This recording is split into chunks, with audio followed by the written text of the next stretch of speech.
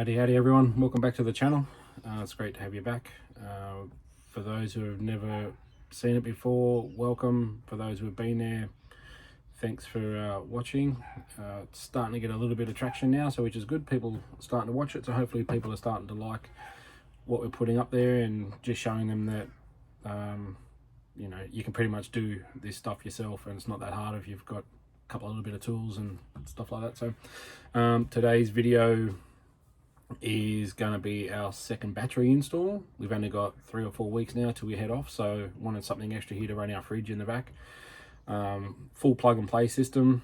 I've chosen a battery box because when we get back from the trip, we take our dog a fair bit. We've got a lab, take her a fair bit to the beach and stuff and school pickups, and so I just wanted to be able to take things out so she doesn't get hurt really. So it's totally portable. So I've got a battery box, I've got a DC to DC charger, 120 amp hour lithium battery, and I got basically a plug and play wiring kit from King's. Super easy, super easy to do. I actually did it yesterday, and I thought, you know, that was actually pretty easy. Maybe I should do a quick little video on it and just run through what I did, what I used, and how easy it was to set it up if you want to do something the same. So let's get into it. All right, so there's the plug and play kit. It already comes with a pre-fused 35 amp fuse in it, a couple of Anderson plugs, and DC to DC charger. As I said, I've already done it all, so I've taken it apart. We're going to have a look at it. 120 amp hour lithium battery and our battery box. So in the Ford, we've got a 23 model Ford Ranger Sport. They've got this little panel in the back.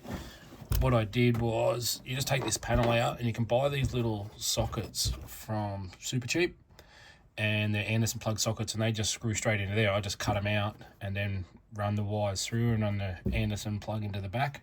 So that way we've got the power feed for the fridge. So the Ford first setup, this is really good. On their battery they've got some extra little terminals that you can add your positives.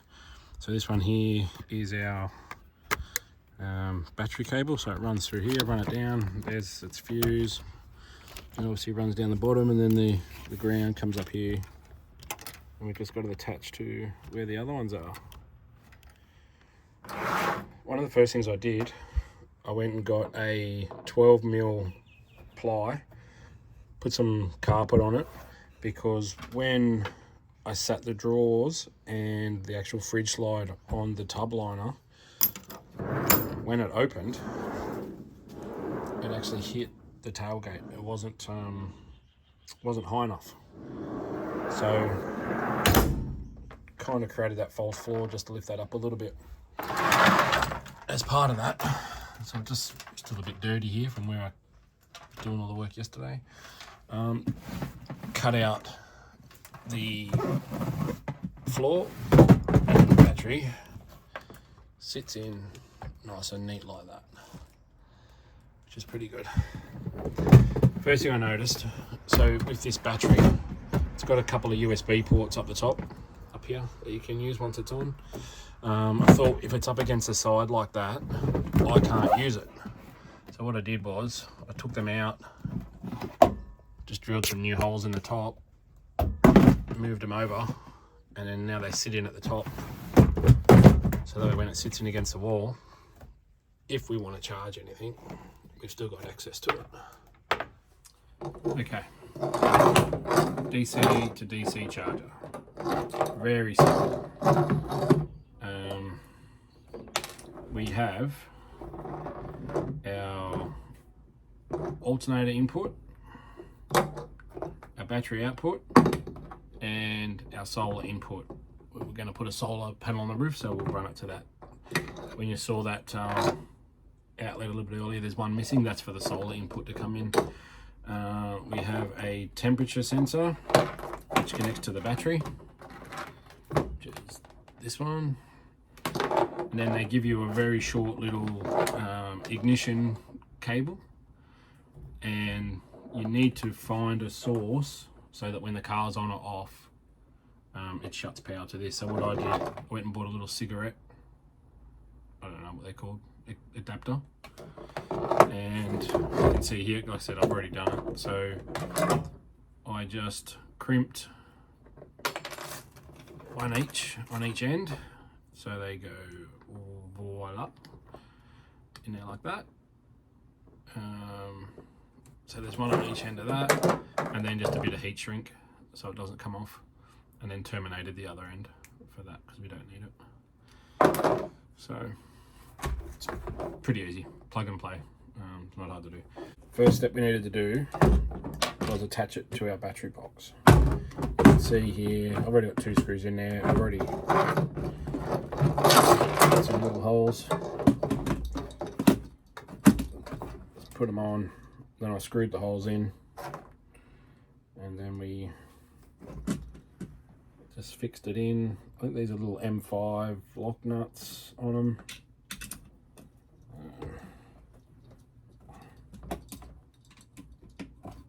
One of them was a bit hard.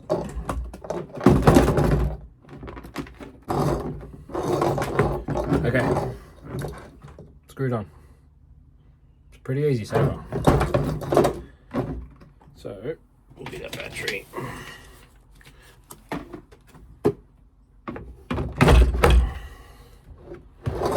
Stick our battery in. Put it this way. It actually comes with a little divider just to stop it moving. I don't know how good it's going to be because it's a 12 kilo battery and it's held on by like the tiniest bit of plastic. But ouch, we'll see what happens. Alright, divider's in. So we need our temperature sensor. There's plenty of cable there. They should give you this much for the ignition cable, but they don't. They give you 30 meters. I'm joking, it's about 2 meters. Okay, that's going to go on there.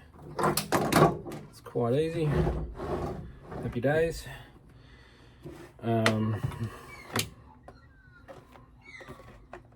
Pretty simple. Black and red, black and red. It's not that hard.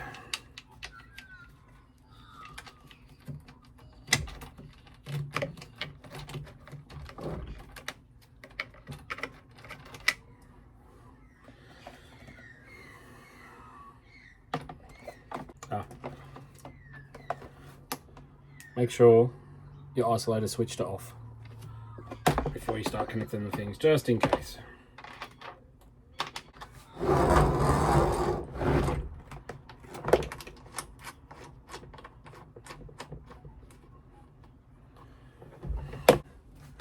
Okay.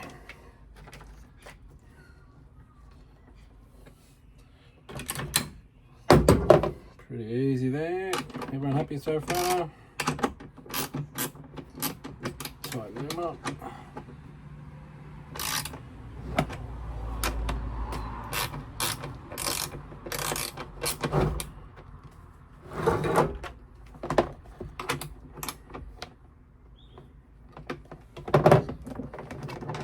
That's pretty easy, isn't it?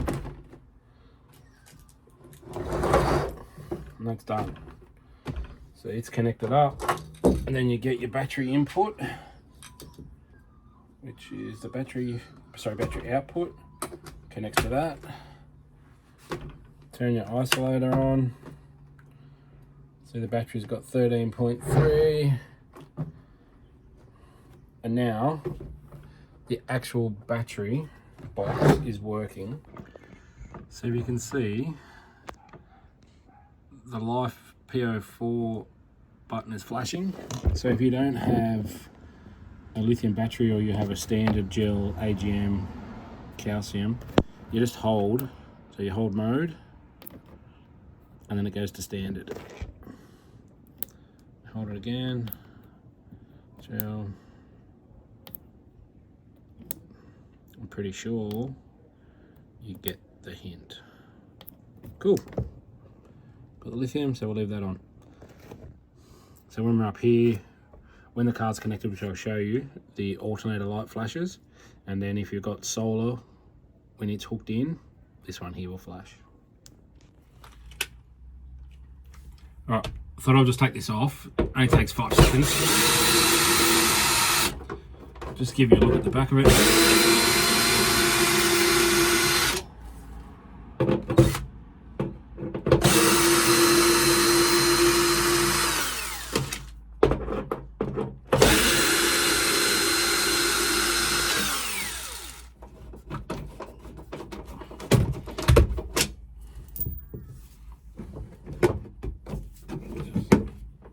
This lifts out.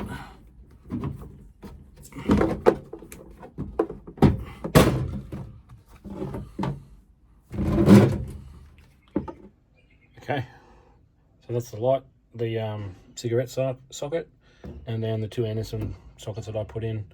So that was just a blank piece, and I just cut them out. Just a drill and a little jigsaw was actually quite easy, and I think it neatens it right up. There's ones, you can buy new ones of these with all different things in them, you know, like 150, 200 bucks, but these were a pack of 2 for like 14. That's all I needed. And looks pretty good. Then it just runs down under the car up to the front. Alright, so we just stick our strap.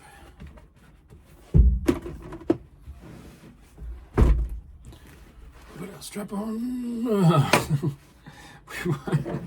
No, we won't be doing that. We will stick our, what will we call this thing? Not a strap on. What can we call it? We'll put our cord on here so the lid doesn't come off. Good Lord. Hopefully there's no kids watching. Well, they wouldn't know it anyway.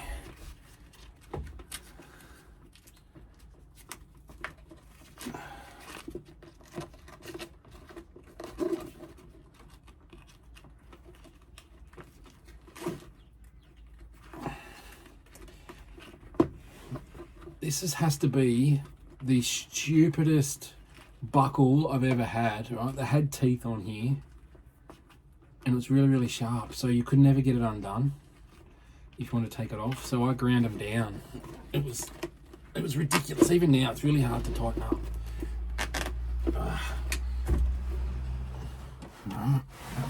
Oh, slide that.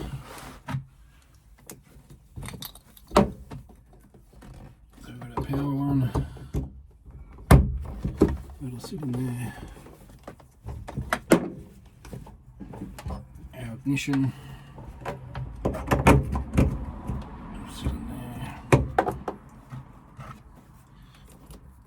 And then, like I said, our solar one will eventually go in there. Slide that in, sits nice. And Ford have been kind enough, there's a little latch here, a little hook in here. I'll just grab a little strap and I'll strap that on. So, keep it nice and safe. So we've got power, we've got our lights are flashing here to say it's on. Alright, so I've turned the ignition on. So we've got power from our lighter now, which then turns the ignition for the dcdc charger, say that we've got power. Got our power from the car, so when the car turns on, it actually charges the battery. It's good to go. So this vacant plug on top of the battery box. So what I did, I've got an Anderson plug on the end of my fridge cable. That'll go into there. This goes into the end of the fridge. And we've got power to the fridge. So it should be good. Alrighty, so that's done. I think all up it took me maybe about 2.5 hours. And that was only because there was some fiddly things like cutting out the Anderson sockets in that tub there. And I think the longest part was running the cables under the car and putting the plastic over the cables to shield them, and then cable tie them all up. That was probably the longest bit, but this other part wasn't real long at all. So thanks for watching. I enjoy doing these things. Hopefully that's inspired some people just to give stuff a go. It's not that hard. Seriously, if you've got some tools and a little bit of common sense and can read instructions, or get your wife to read the instructions, because boys don't read instructions, you can do a lot of things and you can save a lot of money. And hopefully you enjoy. If any questions, shoot them down there and we'll get back to you. Take it easy.